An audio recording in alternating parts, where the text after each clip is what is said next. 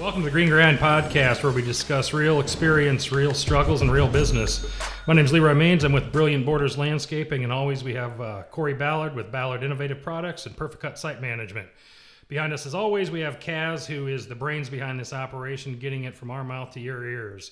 And today we have Stan the Dirt Monkey in our studio. Stan, welcome. Glad you're here. Thanks for having me. Yeah, we're glad you're here. So a little bit about you, Stan. Tell us a little bit about you and what you've got going on. Obviously, you've got about a million things going on the way it sounds, but what is your background? How did you get into doing what you're doing, and what is it that you do? I mean, I know you have an excavation company, a landscaping company, and a million followers on YouTube. What is your business? It's not quite a million, but it goes up like 1,000 a day, and I watch it. Stan was just down here and helping. We're shooting some videos on some products too, and showing you guys some cool stuff. So we've been talking a little bit of business, but he has definitely got the YouTube figured out much better than I ever did. I got on a little too late. Stan. It's never too late. Well, so I mean, there's a science to YouTube, and there's a science to Instagram, and there's a science to all of these different social media platforms. And you wanted to know a little bit about me. I'm a very obsessive person. So I won't do anything because I realize that if I do something, I do it so overboard that it's almost not healthy. And so when it came to YouTube, I actually wasn't originally on YouTube. I started out with a podcast, just like we're doing here. And I developed a software company that was designed to help contractors that maybe one excavating contractors in West St. Paul, Minnesota, and another one's in St. Paul, Minnesota. And this dude needs dirt in West St. Paul, and the dude in St. Paul's got extra dirt. All they would have to do is look at one map online, and they could connect to each other without going through a middleman like me. I had to do nothing. And it was just simple membership, sign it up. But how do you let all these contractors know that, hey, I've created this mapping system to help one guy get rid of dirt and another guy find dirt? Well, you got to do what's called guerrilla marketing. And this is the most bare bones guerrilla marketing you can do, is a podcast. So my business partners that helped me to actually develop the software, because that's way above my pay grade, we're like, hey, we want you to market it and we want you to do a podcast. And I'm like, hey, you're stupid, right? But they're still your business partners. I'm like, there's no contractor who's going to listen to a podcast. They're out busy working, because I'm a contractor first and foremost, when it boils right down to it. And man, was I actually really wrong. And that wouldn't be the first time that I've been wrong about something, right?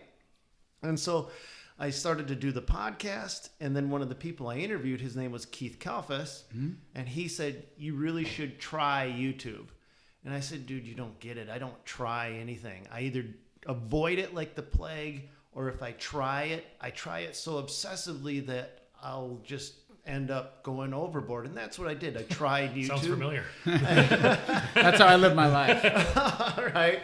Well, when you and I were talking off the air, Kory, I was just like, oh my God, this guy sounds so familiar. I mean, I was just so many things that you were saying just echoed, my own life. I was like, wow, I can really relate with that. So that's how I originally got started on YouTube, was actually marketing it for a software company that I developed. Awesome. How long ago was that that you kicked off YouTube?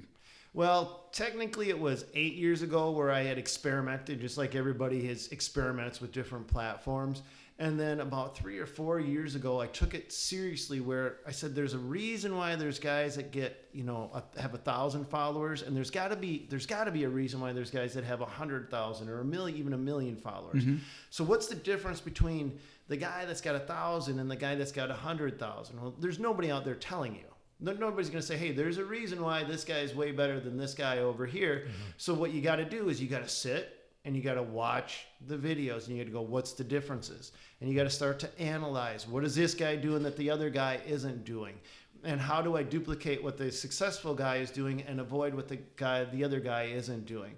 And then after a year of I'm working all day long, and then at night I'll stay up till 2, 3 in the morning studying YouTube, not watching it to be entertained, but studying it to look at how are they changing the camera, how long do they do the cuts between, what's the topics, how are they doing the videos, how are they titling them, how are they creating the thumbnails, what is it that they're doing? And wishing that I would have paid thousands and thousands of dollars, because it literally took me a year to decode how to actually do YouTube to become successful at it. And not because I wanted to dominate it or become the best or anything like that. It's because I'm just stupidly obsessive about anything I do. And that was it. I had no end goal. Nothing. No end goal. I just wanted to dominate something. And that was the whole reason why I did it. Awesome. And there you go. I could have probably answered that in like 30 seconds, all right, but that's that's all right. me. No, I So- like it. I like your passion, and you've done an amazing job. And I think you're in our space, even the lawn care, landscape, construction world. I don't know of it, anybody that's got more followers or subscribers, I should say, and people watch it. It's engaging, and they like it, and also that's why we got you down here as well to show off some of our cool products. But backing up just a little bit too.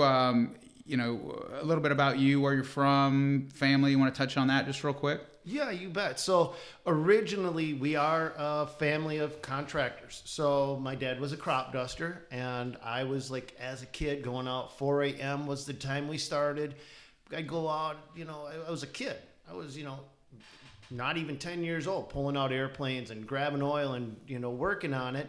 And then we would also run heavy equipment in the fall and spring because, you can't crop dust year round. And my dad was a hardworking guy, and he instilled in me the mentality that you've got to work harder, you've got to work longer, nothing comes easy. And so I've always believed in just integrated hard work into absolutely everything that I've ever done. And so running equipment, I wasn't going to ever be a crop duster. I know what that's like. In fact, we would crop dust right down in this neck of the woods. This is where I grew up. I was telling you off the air that we would come down to Iowa looking for the good old corn-fed Iowa girls. I was a little disappointed I wasn't seeing any here today, but I can show you around. and so that's where, our history started down here. And then we would run heavy equipment. And, he soon realized that I was more comfortable running an excavator, loading it on trailers on the sides of pond banks and doing that sort of thing than he was. He was better flying an airplane. So he would just have me go do all the excavating. He would do all the crop dusting. And we just kind of was a family business. And we always worked together right to the very end. Awesome. Interesting. Awesome. So you've got, obviously you have your contracting business, you have your YouTube thing that you do reviews, those different types of things. What else do you have? I mean, obviously you have those things. What is your biggest company that you have now? And what else do you have, I guess, out there that people may not know about? Well, I do real estate development. I do a lot of other, I call them hobbies, just passion, businesses of passion, of interests. The main thing that right now I do is YouTube and run my construction company. Okay. So there is no second, third, tertiary thing or anything guys don't know about. There's just a lot more of what I do is now focused from being a contractor to helping other guys run their businesses. So it was always, the whole point of getting into YouTube and what took me to the next level in it was I had a dad that basically built me. I tell people I'd be nothing. I would probably be, working in Walmart, and that's where I'd be, and I'd be fine with it if I wasn't instilled this work ethic. And there's absolutely nothing special. There's nothing brilliant about me in any way, shape, or form. I literally just work harder than anybody I've ever met before in my entire life. I'm willing to sacrifice my time, my body, my mental, physical health to accomplish a goal no matter what happens. And that's not necessarily a good thing. That's just the way I'm wired. And that is where I came from, was this attitude that you just don't stop until you succeed. Just plain and simple. There's like the Vikings used to do. Yeah. They'd land and then Not the Minnesota Vikings, by the way. No, the original Vikings. They would land and then they would burn their ships. There was no turning back. Right. You charged forward. No, that's awesome. And again, that's been my motto as well. I don't believe I'm the smartest guy. I always believed I could just outwork you. People would say, "What's the key to success?" And I'm like, "Man, I don't know, but I'm going to beat you to the office by 2 hours, and I'll be there when you get back." And I do that today. I'm in the office today before 6 o'clock. I just grind and grind and grind. And I don't know a lot of people that are super successful that don't. Maybe it's family money or luck, but most people I know in any industry have put the work and time in, and especially put the work and time in when there was not a lot of payoff. LeRoy has a story about his company. He was trying to unload it and sell it, and thank God it didn't happen. But there's those, we all have those moments at time too when you're just wondering, is it all worth it? We worked super hard for minimal dollars for so many years. And, a lot of people don't see that today when they hear podcasts or see these companies out there. Or we were just down at our site and you see all these blue trucks, and we had one truck and one mower, and it just, you put the work in, and it's a grind, and some guys throw the towel in just a little bit too early. And so I think that grind, though, Kory, never stops. So you've got to be able to accept that it's not going to get easier as you get older, right? That's for me. I just don't plan on ever stopping, no matter what. But what I think you've got to do is, as you grow, because you're going to grow, the grind will take you so far. Your own hard work, your own effort, the amount of results that your own two hands can produce is limited by how much stuff your two hands can handle. So to actually grow, I want these guys to start to understand that they've got to think outside of themselves. And I think one of the fundamentals to doing that is to grow your team, and then to grow your systems. Because I've had the blessing of being able to go into multiple companies, and today was eye-opening with you. I mean, I got to hang out with you. I got to tour all 3 of your facilities. I got to walk through 26 acres of blue trucks. I got to look at where you knocked down a house and you built a massive brand new building. And I got to look at all these things, and you're simply telling me your story. But do you know how engaged I was, how much I was listening, and I was looking at all of these systems that need to take place in order to grow like that. And these are systems that even when we were done, I didn't do a whole lot of talking today. You probably didn't notice that, because I was doing a whole lot of listening, and I was listening how you said, my business doesn't need me. This is like, and you said to me, actually, I get in the way now. People call me up and they're like, you're the man that can answer these questions. And you said, I realize that I'm the man that gets in the way of actually answering those questions. There's people in my office that are way more qualified to answer those questions, to do those jobs, to complete those tasks than I am. But you were the visionary that created all of the systems that allowed for the growth and expansion of this company into 3 different areas, 3 different territories, doing, I don't know, $20 million plus, or however 200 plus people you have running right now. And these guys need to understand that their hands, their back, their own brains, whatever, their own effort will only take them so far, that they need to create the team. They need to grow it outside of themselves. And every time they do that, they're helping other people around them and empowering them to become a bigger part of the picture. And when they're the right visionary person, they can create a massive team that can go so much further than they could ever accomplish by themselves. But it all starts with understanding and creating that system. To me, that's a huge part of it, that I want these guys to start to go, whoa, what do I got to, what's the next step? What do I got to do next? Yeah, absolutely. LeRoy's got a great team too, and he's able to. Sometimes I'm kind of jealous. He's able to go to Vegas. Maybe I can't go to Vegas next week for the ConAg, or the Con Expo. But I talked to a lot of guys, and I never did any of this on my own. We have great people, and you've got to hire the right people. You've got to empower them. You've got to let them make mistakes when they make mistakes. You can't do this on your own. If you can, but you're going to have a job and not a company, and those are 2 different things. We've talked about that a lot, having a job versus a company, and empowering the people and finding the right people to grow your company, and not only that, like you said, you've got to have those procedures in place to do those things. So when you're gone, it still runs the exact same of if you were there, and that's absolutely critical, I think, to be able to do that. So now, LeRoy, you run Brilliant Borders. Correct. And that's not the same as what Kory does with Ballard Innovations and Perfect Cut, right? Correct. Completely separate company. So you guys have come together to create this podcast and share your businesses. So tell me that story. How did you guys ever come together? Because wouldn't you technically be competitors? Well, kind of. So that is, we're going to overthrow him here one of these days. Good luck.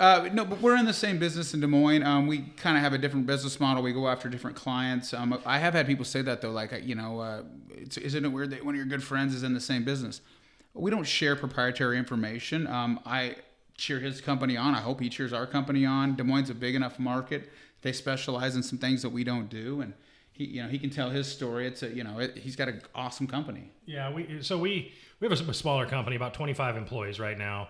My wife and I started it out of our garage, basically, for the most part, and I was in hotel management at the time that we started this deal, and it grew to something, you know, part-time evenings and weekends into what it is today. So how long ago was that? And that was 10 years ago, just a little over 10 years ago. So, you know, it was one of those things where, you know, can you put a patio in for us? You know, absolutely, we'll put a patio. It started with the decorative concrete edging is how it all started. And started to grow it from there. And, you know, can you put some plants and rock in for us? Well, sure, we can do that for you, you know, and can you put a patio in for you? And yeah, we'll do that. We'll figure it out, you know, until you go home at night and watch YouTube and figure out how to put a patio in. And, you know, that's kind of how it evolved. And, you know, we have a general manager today that runs our day-to-day stuff, a couple salespeople to go out and, you know, do our sales for us and those types of things as well. But so can I ask you another question? Absolutely. What is your niche? Our niche is doing things right the first time and being where we say we're going to be when we say we're going to be. Okay, that's a good general blah, blah, blah. No, Yeah. What is your actual most profitable part of your business? Have you defined that yet? The most profitable part of our business is our concrete edging. I was going to say, By far. I bet it's what you originally Yeah, started it with. is. Yep. It is. And nobody else is really doing that. I shouldn't say, you know, there was 3 or 4 guys in Des Moines doing that, and that's There's what a couple they do. others in town. You know, they always kind of come and go, it seems like. We've kind of cornered the market, I guess, in Des Moines, for lack of a better word, on how we do it, our marketing, just doing what we do. And there's been probably 3 or 4 companies that have come and gone since we've started. Another one we just found out here a couple weeks ago closed their doors and they're done. So what do you and do those different? types of Why are your things. doors still open? For one thing, we price it the way it's supposed to be priced. I don't know how familiar you are with it, but a lot of these companies that sell this equipment and these things say, you know, you can do this for X number of linear, you know, X dollars per linear foot. And Yep. to run a company, you can't do that. If you're doing it nights and weekends out of your garage, you probably can do that, making a few bucks. But to truly sit down and figure out the numbers and how much you need to be profitable and those types of things, most guys don't figure that out. They feel that, you know, just because I'm $2 a linear foot cheaper, I should get the business. And there have been several times where we know that they're dealing with our competitors and we stick to our guns on our price and we sell them on the product that we have and how many years we've been in business and that we stand behind our products. So the reason I ask these very specific questions of you, LeRoy, is because a lot of guys are going to be in their own area and we talk about just raise your price. If you raise your price by 3%, you gain so much. If you raise your price by 7%, you'll gain so much. If you literally can raise your price by 10% on a lot of projects, you can double your profits. But a lot of guys will give you pushback. They'll give you excuses why they can't do that. And a lot of the times it's because there's a market rate in their area. And what they're doing is they're unfortunately comparing themselves to Chuck and his truck, or the lowest common denominator in their area. And when you compare yourself to Chuck and his truck, and there's no offense to Chuck and his truck, and if that's you, if your name's Chuck and you own a truck, awesome. But my point is never compare yourself to the lowest common denominator. I'll always differentiate how you are better and justify why you can charge more for your price. And when you learn how to do that, maybe it takes these guys a moment, a day or 2 days or a week to actually come up with I call it a boiler sheet, a piece of paper, and go through all of the reasons, all the questions that these customers will ask you why they should pay you more, and actually have a reason why you're worth more money. When you differentiate yourself from the lowest common denominator, you give them a completely different option that somebody else may not be giving them, but they may want. I've lost jobs because I've been the lowest bid. Do you know how difficult that is to lose a job when you're the lowest, the lowest bid? You know? I get it. Absolutely. Because they outsold, we were talking off the air about telling your story. What do you bring to the table? Solve solutions. Be a solution-based company. And to your point, I was talking to a guy last week in a different market, and he said, he was telling me that the customer tells him what, the customer said they'll pay me $45, and that's what I have to do it for. And I said, you don't have to do anything. So you're letting the customer tell you what your price is? Mm-hmm. Well, that's what everybody charges in my market. I'm like, no, it isn't, first off. And so, again, we were off the air talking. And it's like, well, then why are we if you can't raise your prices, you're not willing to raise your prices, you're going to let the customer tell you what you charge, then you don't need me. You don't need me to give you any advice, because keep doing what you're doing, but you're not profitable. And I think a lot of smaller guys really struggle with that. They say that's the going rate. I don't believe that. It's the going rate if you believe it's the going rate. And then if you don't, do those extra things that add value to the client. And it can be not only just being on time and being reputable and doing what you're saying you're going to do, but maybe it's just the ease of invoicing. And there's just so many little things that if you're in that residential world or commercial world, it doesn't matter, landscape, lawn care, construction. And there's so many things you can do better and different if you can tell your story. If you're going to fight for that low bid work, man, it's going to be a tough road. It's tough.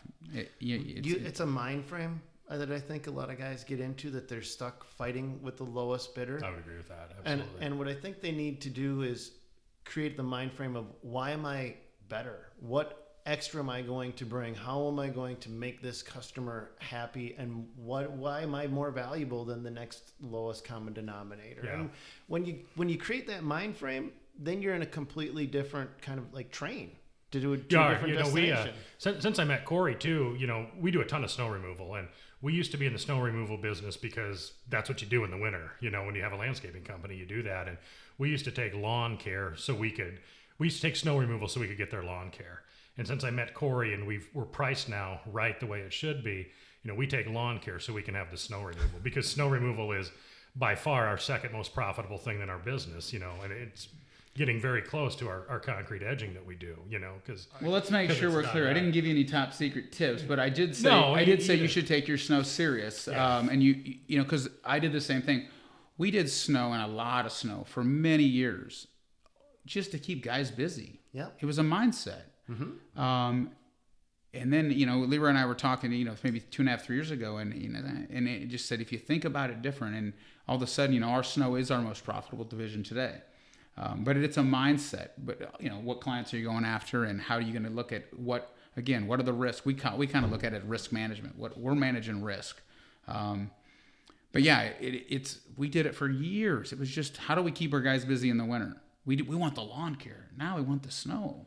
Yeah, and it's interesting how your mindset changes. And getting back to it, so Kory and I met a few years ago with some mutual friends, and that's kind of how we met, and realize we're in the same business and we ride motorcycles together, and it's just kind of evolved into a good friendship. And it's kind of interesting because a lot of people say that, well, you're in the same, you're competitors, but we're not. We can't do some of the stuff that his company does. We're simply not big enough and don't have the equipment, the manpower, and those different types of things to take it on. And a lot of what we have, he doesn't want, with the size of his company and those types of things. So I'd like to throw something out there for you guys. So there's some interesting parallels that you have said, Kory. So, and LeRoy, you both basically are echoing each other, and you're echoing something that I did. I started out as an excavating company, so we would just go out and dig in the dirt. Had to keep them busy in the wintertime. We would plow snow. And then I started to look at, okay, same thing I did with YouTube. Why are there companies that just plow snow? What are they doing? Why are they so successful in just plowing snow? And so when you start to go, all right, so there's obviously an opportunity here, and I switched my mind frame and I said, I'm a snow plowing company. I'll do dirt work. I'll do this other stuff, but I'm going to pretend that I'm a snow plowing company. I'm going to pretend like I can make a ton of money plowing snow. And I started to analyze and recalculate and re-engineer, reverse engineer how you can make a lot of money being a snow plowing company, and then use that same equipment in the summertime doing what I'm already good at, doing what I already know how to do. And so I learned how to create a very profitable winter work, whether it snows or not. Like we were talking, there's a lot of guys hurting. And it's like, well, there's a lot of guys hurting because there's no snow this year, but there's a lot of guys that are going to the bank laughing because they're still getting paid because there's no snow this year. Definitely. Right? So there's this way that you can build this company that was before not profitable, snow removal. It was just something you did to keep your guys busy. Now it's the profit center of your business. And what I'm challenging these guys to do is, if Kory did it, you did it, LeRoy, if I did it, literally we all did the same thing.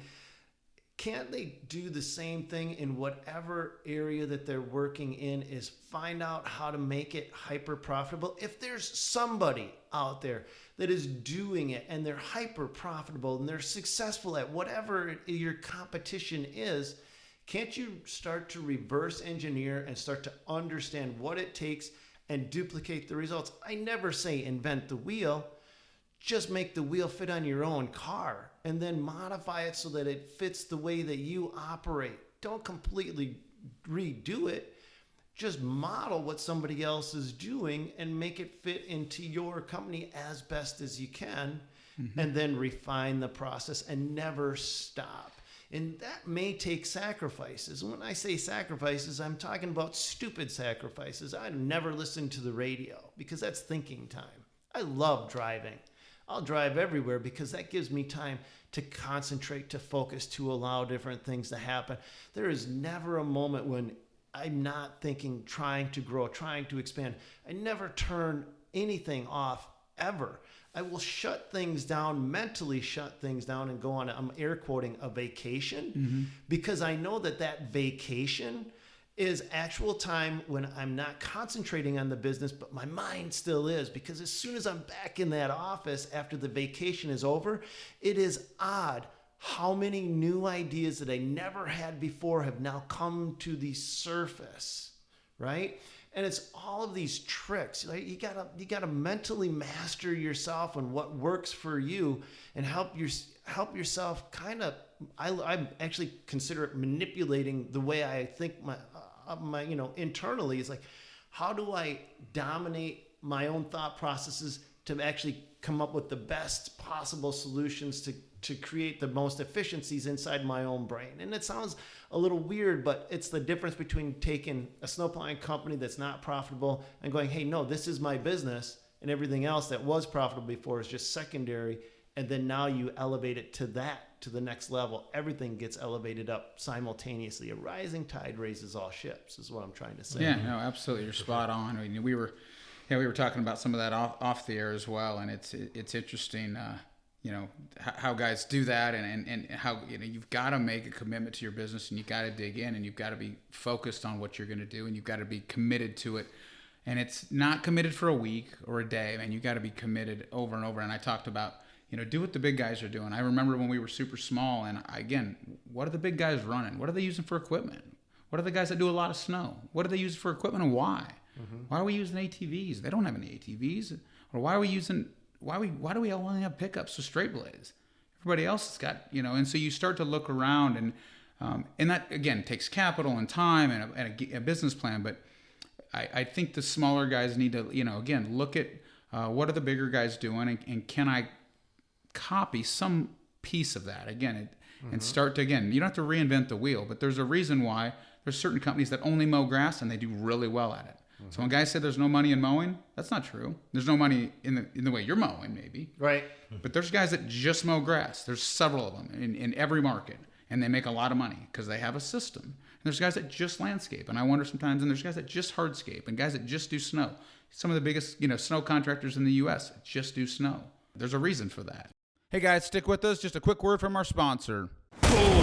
Are you looking to be more efficient, effective, safe, and profitable out in the field? Ballard Products has a full line of innovative products to help you in your everyday operations. From mower gear, trailer gear, backpack sprayers, equipment racks and storage, safety gear and equipment servicing products, and much, much more. We're sure you'll find something you can't live without. With over 30 years in the lawn care industry and 20 years selling great products, we're confident these products will meet the use and abuse of the everyday lawn pro. Jump on Ballard-Inc.com to check out the full line of gear, and be sure to check us out on Facebook, Instagram, and YouTube as well. Keep grinding and be safe out there, friends. Talk about real quick, your company. I think I saw one of your YouTube videos, one of your millions.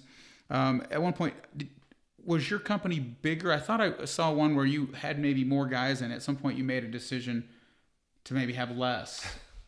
Oh yeah. Is that true? Yeah, right. So I'm not too far off base. Oh yeah. And and I guess kind of just what was behind that, and how has that changed your just life, business? I was going to say this work-life balance, but you work all the time. We know that. Yeah. Well, I consider myself lazy. Right? I consider myself the hardest working lazy person you will ever meet in your life. That's great. What I want to do is I want to achieve the most results I can with the least possible effort, so that I can continue to do a massive amount of effort and still have astronomically impossible results come through. Okay. And I grew up this big giant, I call it a giant company, where we were doing, a couple $1 million a year. We had 5 crews out running. We were doing, the African hoofed animal exhibit at the Minnesota Zoo, and we're doing this, and we're doing the Menard Superstore, and we got all these excavators running. We had 5 full-size excavators and multiple trucks, dump trucks running, and, half a dozen skid loaders and all this stuff going on. But my profits weren't reflecting all of the effort that I was putting in. And this was in 2007. Okay. And I sat down and I says, I don't like this. I don't like what I'm doing. I don't like where the profits are at. I want more for less. So I said, I'm cutting back my business. I sat down with my main core group of guys. This is next year, I'm cutting half of the team down. And of course, I only kept the guys I was keeping in on in the meeting. And they all looked at me like I was just stupid. And I says, nope, we're doing it. And we're going to hyper concentrate on the most profit heavy centers of our business. And so I cut the business by 50% the following year. And Obama came in and got elected and helped me do that pretty efficiently anyway. So we won't talk politics, but 2008 was what 2008 was. Yeah. A massive downturn for every business out there. Except Tough. I just luckily had made the decision to do it before the economy did it for me. And so I positioned myself to only take on hyper profitable jobs. I still marketed like I was a $2 million company, but I only planned on doing $1 million. Well, hell, I only did $700 and some thousand that year. And I had the same profits at that small margin as I was when I was over double that amount. Mm-hmm. And I scratched my head and I go, wait a minute. I just literally did less than half of the work and I still have all of the same amount of money? Let's do it again. Let's cut it some more. So I cut the business more and my profits went up, not marginally, like astronomically. It got to the point where I was like, oh, this is getting stupid. I'm getting, I mean, the amount of money I'm making on a percentage for the amount of work I'm doing. So then, I would grow the company some year and drop it and I would play with it because now this company was my toy. I really was. I wasn't into the company because I needed to be into the company. I was into it because I was learning how to manipulate the numbers. I was learning how to control the gross and the profits and what each job was doing and managing all of those nuances. So I intentionally shrunk my company over and over and over again till I got to the profits to the point where it was like, now it's like I got to go out and spend $300 and some $1,000 so I don't give all of it to Uncle Sam just because that's what I've got to do this year. And I was not running a big business. These are not big business numbers. It was just big profit numbers. And so, yeah, I intentionally cut everything back purposefully. And today, have you scaled it back up some? Because do you have how many? I mean, because you got a guy that runs the day to day. You and I were talking about that before. And this is the beautiful part, Kory. You can lead a horse to water, but you can't make them drink. So you can give all of the answers to a person, but that doesn't mean they're going to implement or act upon them. So I gave my nephew, he'd been with me for 20 some years. He'd been under my wing for all of this time. I gave him the company. I'm like, you own half of it. I still own half of it. You own half of it. It's never been as successful as when I was doing the hands-on day-to-day bidding, estimating, making sure, and I still have to coach him. I still have to lead him. I still have to guide and direct him. And it tells me that, yes, we can provide the answers, but sometimes it's the person that's at the control of the reins has to take that over to an extent so that they feel they're running it to their comfort level. So everything that you and I say, and LeRoy, what we say over and over again, doesn't necessarily make it the right way for the guys listening. It just makes it the way that we did it. Now they need to take that and make it their own. They need to use this information and go, all right, I'm going to take it to the next level my way. So I want these guys to understand that, yeah, we've got certain, advice we can give you, but you need to act upon it. That's it. Knowledge is knowledge, but acting upon that knowledge is what takes it to the next level, and then making it your own so that it feels comfortable in your own skin. That's a very important thing, because the way you run your company, Kory, I couldn't run my company that way.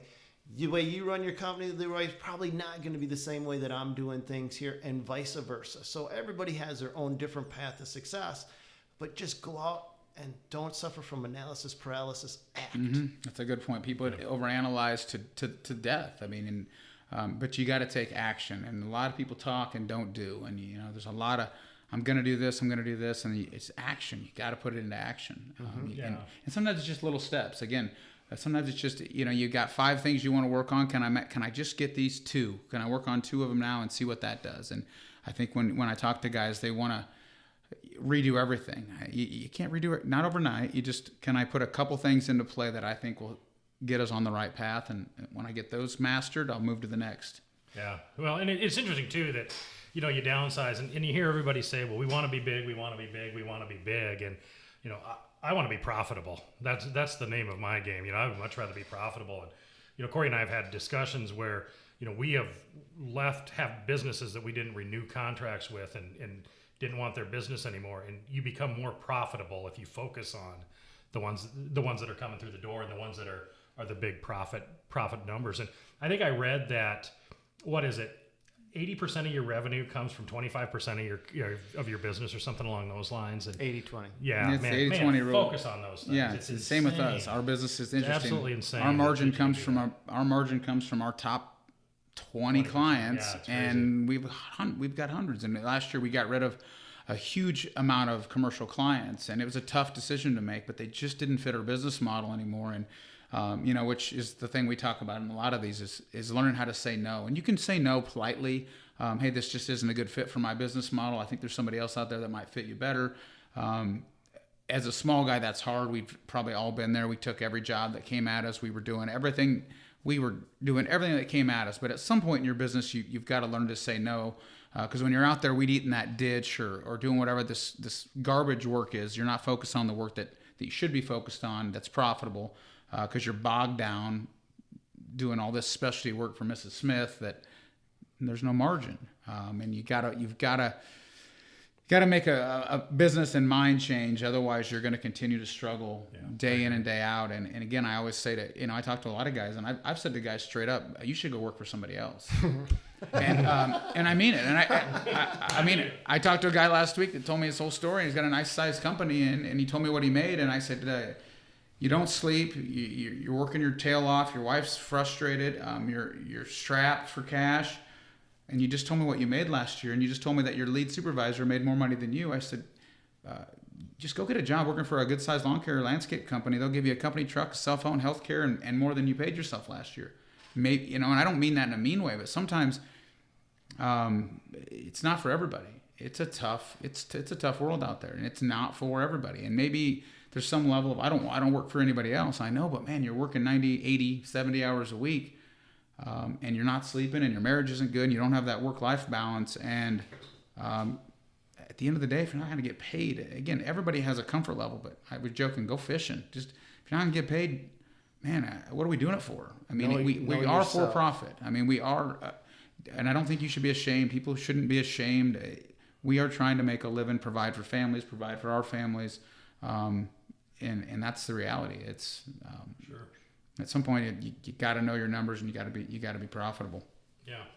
Stan, tell us a little bit about your snow removal operation. I for one love watching your snow plowing videos. Love them. In fact, he watches all kinds of snow videos. Man, I love the snow videos. Love it. But we, I think you've helped a lot of guys, including myself.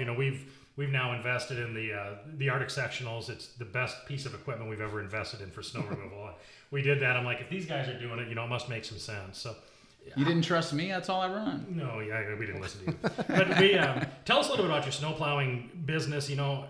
How many guys do you have? How many crews do you run, and those types of things? It looks big on YouTube anyway. Well, we cover a lot of ground. So we plow about 2 million square feet roughly, which is the size of a small city. I mean, I know you guys cover a lot of ground and everything that you do as well. But we've just kept improving on we were running into problems with people. And I think that's what everybody out there is experiencing, is running into problems with people. So what we would do is we would improve the equipment that we would use, and we would experiment with different things. And that's what guys will see on my YouTube channel is I'm always experimenting, good, bad, or in between, and I'm never filtering it. I'm not going to go out and I'm not going to make myself look perfect because I'm a YouTuber. No, I'm a contractor first and foremost. And if my struggle is relatable and helpful to other guys to improve their struggle, then I'm absolutely going to put out everything that I do right, wrong, and in between and help guys figure it out. Because a lot of times what I think guys want is they don't want a sales pitch. They just want to see good, bad, and in between what's somebody else doing and help them make their own decision. And that's the whole goal of my YouTube channel. It's not to look good. I don't want to look good. In fact, a lot of times you won't see me in my videos, period. You'll watch a whole video and you may notice that I have to purposely put myself in it because I realized I just filmed the whole thing and never showed myself in the video because I don't care. It's not about me. It's about here's something that I want the guys to know, right, wrong, and in between. And if it helps them make a decision, like it seems like it maybe have helped you, LeRoy, make Absolutely. a decision, Yeah. then that's all that I care about. So that's my end all be all goal. Interesting. Yeah, because you show a lot of different products. Are those products that you probably don't own all of them? Are you? You mean you're demoing different brands of skids or different pushers, or sometimes quads, sometimes? Are you just? It always seems like you're showing all kinds of different products. Are those all yours, or sometimes are guys giving them to you and saying, "Hey, man, check this out, see what you think"? It's a combination of Yeah. all of them, right? So sometimes I'll go out if I demo something and I really like it, I'll buy it. Sometimes I'll get a demo of something and I'll hate it, and then the best thing I can do is just go, this is not living up to what, and then I'll go to the team that developed it and say, can you make this better? Can you change this? And what happens is, because I'm not going to filter it, the companies that have crappy stuff, they don't come to me. They don't let me show their stuff. It's weird because I'll reach out to companies. I'll say, hey, you know what? That looks like a really cool system you've got over there. Can we give that a go? And I won't hear nothing. And I'll follow up. And then I realize, wait a minute. I've gotten the feedback from other companies. Mm-hmm. I'm scary to work with. I'm scary because if it doesn't work, you're going to be honest. I'm not controllable. And I'm like, oh, that's why I can't get return phone calls. Right. That's why some companies don't want anything to do with me. Husqvarna, I want nothing to do with me. I'm like, I don't care. I think some of your stuff is amazing. I think some of your stuff is pure junk, but I think some of it is pure awesome. Doesn't mean everybody has a home run, but some companies, they don't like losing control over the message that goes out there.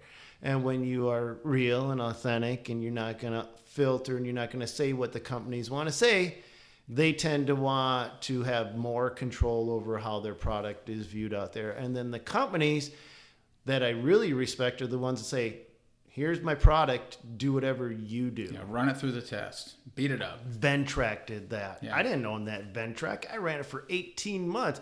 That poor machine, that thing got beat to snot.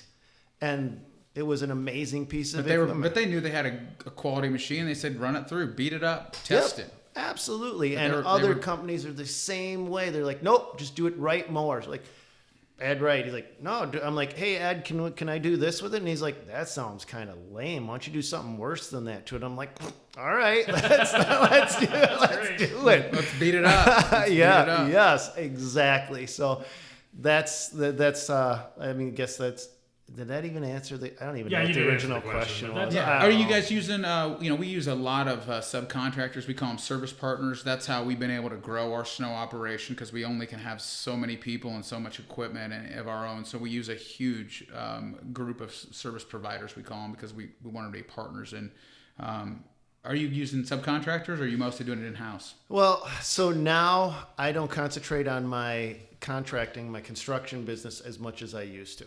So that's not my main focus. Now my main focus is YouTube. It's Instagram. It's media. It's working with companies. It's trying to develop what's good out there and helping contractors make informed decisions, and not just going, oh, here it is, but showing what it is. Right. And so for the my actual company, I don't use a lot of subcontractors. We used to use a lot of subcontractors. We don't anymore. Everything that we do is actually in-house. Nice. So you can control the quality. You know what equipment's going out. Your people are running it. And so a lot of the stuff that happens inside of my actual company, I reserve my company. I'm still an owner of the company, half owner of the company, only so that I can go out and try a new tool, a new attachment in real world, see what it's like on an actual job site.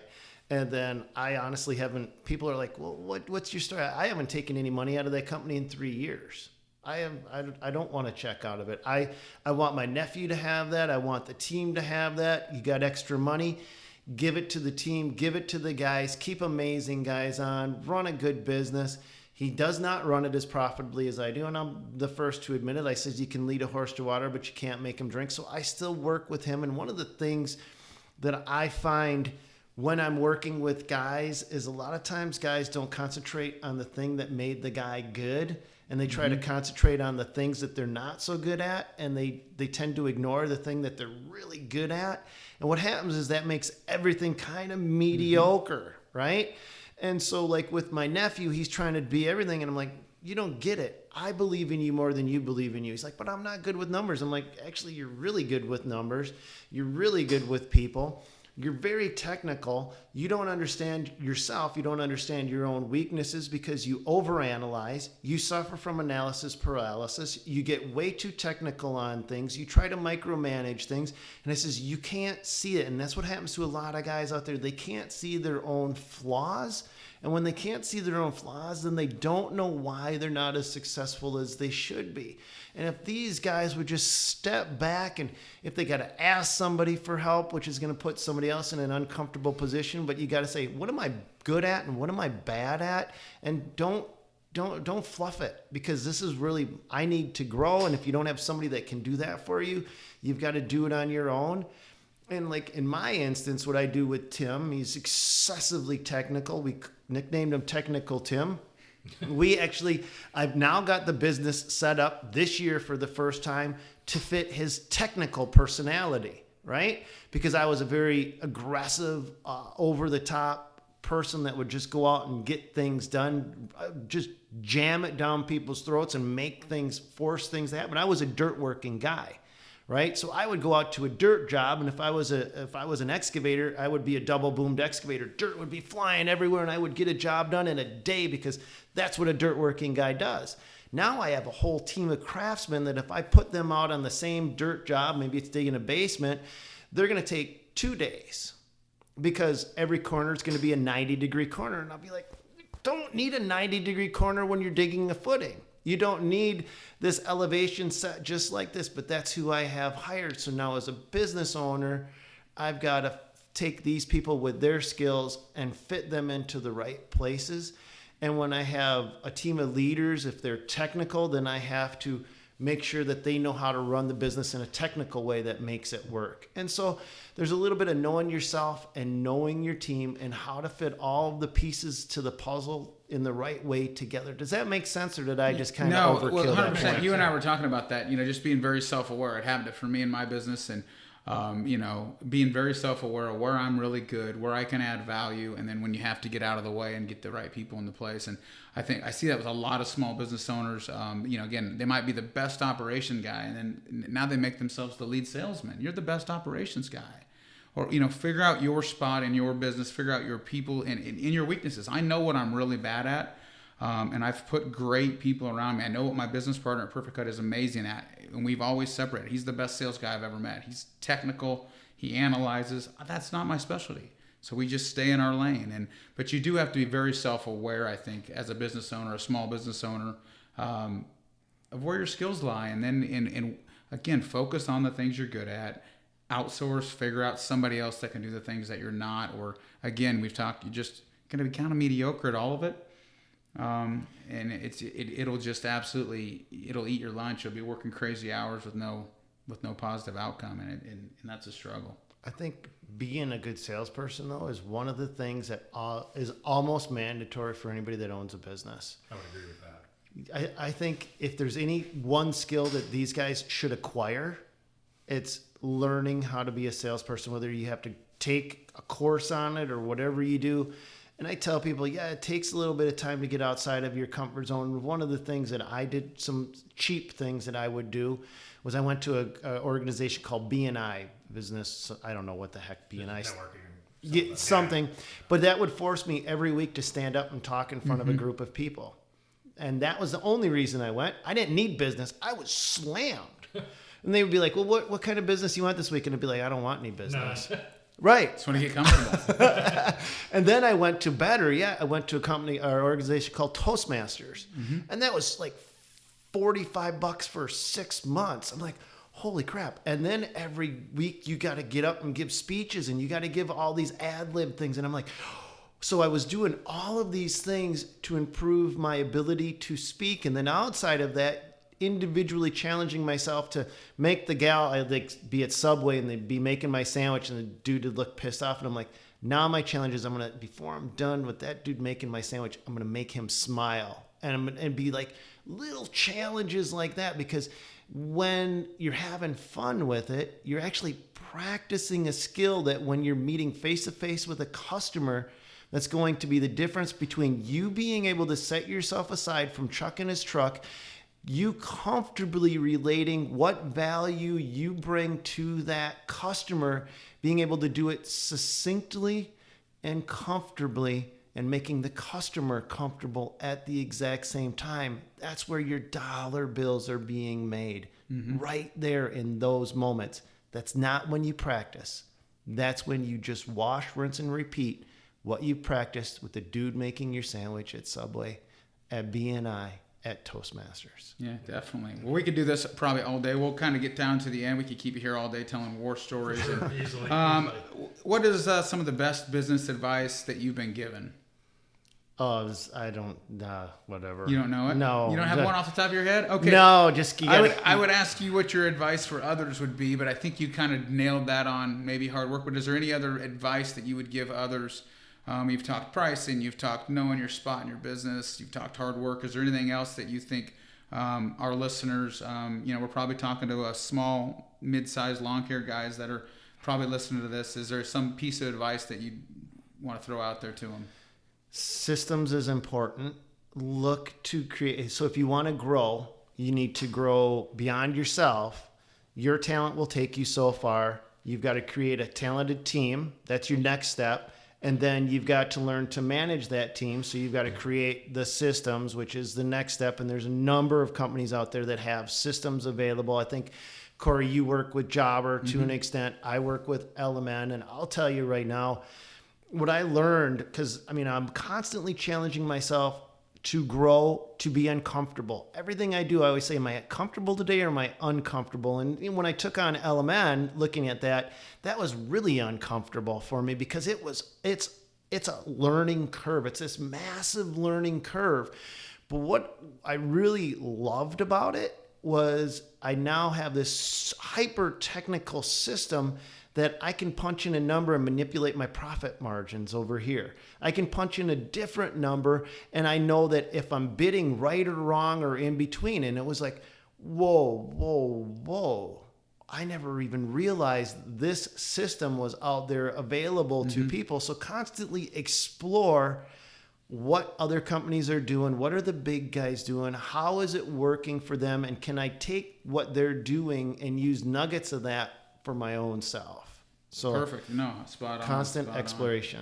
Yeah, absolutely. What else you got, LeRoy? One question I have, and we all have like defining moments in our life and in our careers and in our businesses. Do you have a couple? And we typically don't know them at the time, but can you think back of one or two of those where you're like, wow, that changed the course of my business? It was, I already told you the story, 2007, when I sat down. The downsizing. That was it, where I stopped focusing on growth because everybody's growing. Absolutely. And I focused on only profits. And from that point forward, I only focused on either I wanted a cool job that I could sell other jobs and make more money on it, or I just wanted hyper profitable jobs. Nothing else in between. Jack of all trades, master of two. It's kind of like this weird catchphrase, but I actually wrote a book with that title. And it's because You got to have enough skills to survive out there competing with everybody. But you remember, when you're competing against everybody, you're competing against market price. But when you've defined your niche, remember I specifically asked you that question pretty early on, what's your niche? When you define that niche, you learn to define the profit centers of that niche, to refine the process and the sales process and the installation process, and you probably make your most money off from all of that. But it wouldn't happen if you were doing everything out there and not trying to hyper concentrate and figure out what you're really, really good at, and then doing that even better than anybody else around you, period, hands down. Gotcha. Absolutely. Got it. Tell everybody where they can find you. They probably already know, but tell everybody where they can find you on your channels. Oh, Stan the Dirt Monkey Genadek. So just go to YouTube, Instagram, Stanley.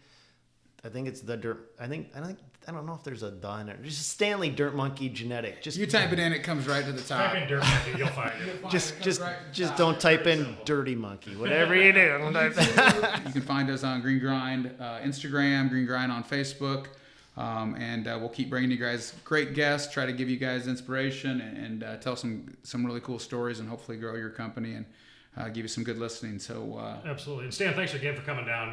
We truly appreciate it. We know your time is valuable, and truly appreciate you coming down. Thank you, guys. Appreciate it. all right, that's a wrap. Thanks, guys. Hey guys, thanks for listening. We're gonna wrap this up with a quick word from our sponsor. We appreciate the support.